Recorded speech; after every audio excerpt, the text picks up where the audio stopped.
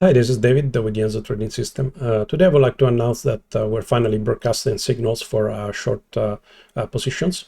So that will give the users the ability to automatically make a profit on markets, bearish markets, such as those that we're seeing these days. And actually, we've been seeing for a few weeks already. And on the reference fund, we already have a few short positions, some closed ones, about many 7. We had a few small losses at the beginning and then 4 nice profitable positions. And the balance so far is positive. We had more wins than losses. I mean, more profit than losses, which is what we want to see. And also we have a couple of currently open positions that are also in profit. So hopefully they will close in profit as well. But yeah, it's a very good feeling to finally be able to see some profit in markets such as this. If you are a pro user, this is already happening for you. We already have it, your client installed, upgraded. If you're self-hosting, you should get the latest version of the client. And once you have it, you may want to check the position sizing. It's changed a little bit. The defaults used to be 25% max position size, now it's 20. Active markets, I guess it was 10 before, now it's 15. To be honest, it doesn't make a huge difference. You can put 10, you can put 19, whatever, with linear distribution.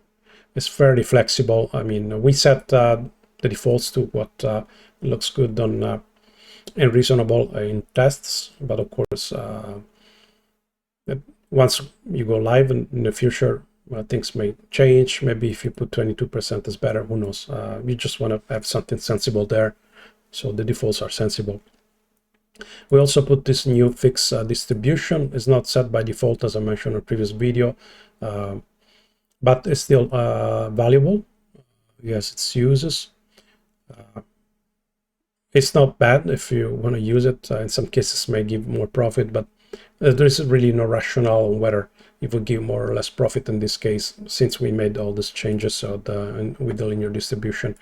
The main point of fixed distribution is really to have more profitable trades. Not necessarily more profit overall, but if you want a surer bet on trades, if you want to see less losses, let's say. But again, the amount of wins and losses doesn't really amount to the total amount of what is won and lost. That's really just a count. So that's a separate argument. But yeah, if you want to know more in detail, you can reach me on Discord on this setup. But it's not a big deal, really.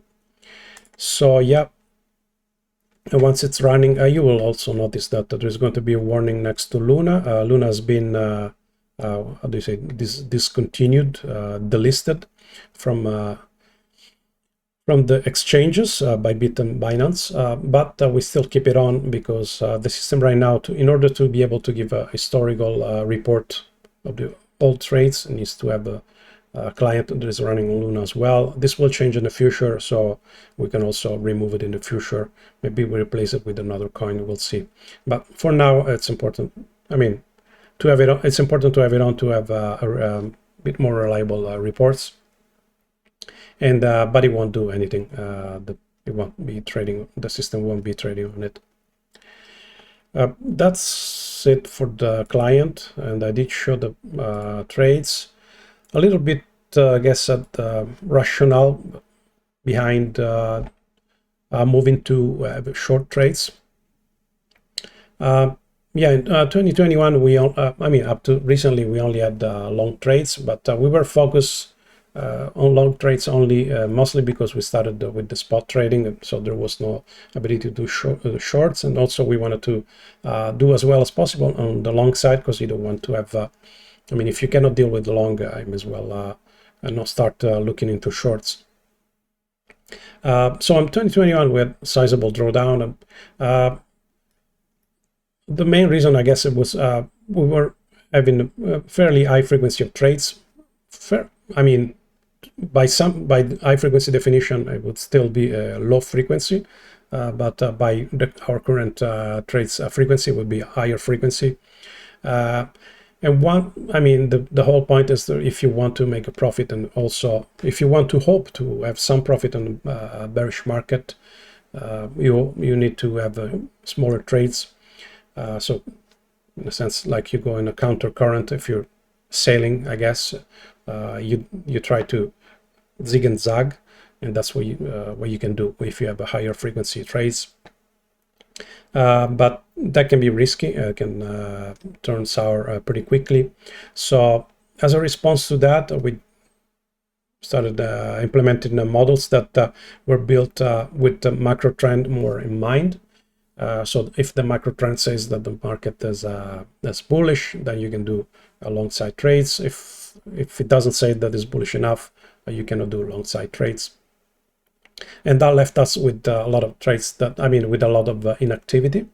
In a sense, it's good. It's better not to do any trades rather than do poor trades.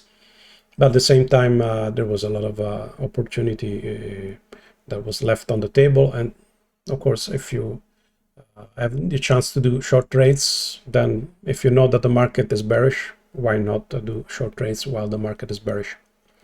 And that's what we're doing right now. That's a simplified view of things. Of course, first of all, to have a sense of what's the macro trend is not as easy as it seems. It's not like because the market is going up, it will continue to go up. You want to have a sense. You want to have you want to extrapolate the trend not in a linear fashion, and that means that you have a bunch of parameters at the very least to deal with and figure out what works and what doesn't. And then for the short side, even if the market is bearish, it doesn't behave just like a mirror. It's a bit different because, of course, the markets are also driven very much by sentiment, human behavior. So there's a more fear on the downside, and of course, the psychology changes, and also the market changes. So. But yeah, I think we came up with something that is fairly good so far. It needs to be improved.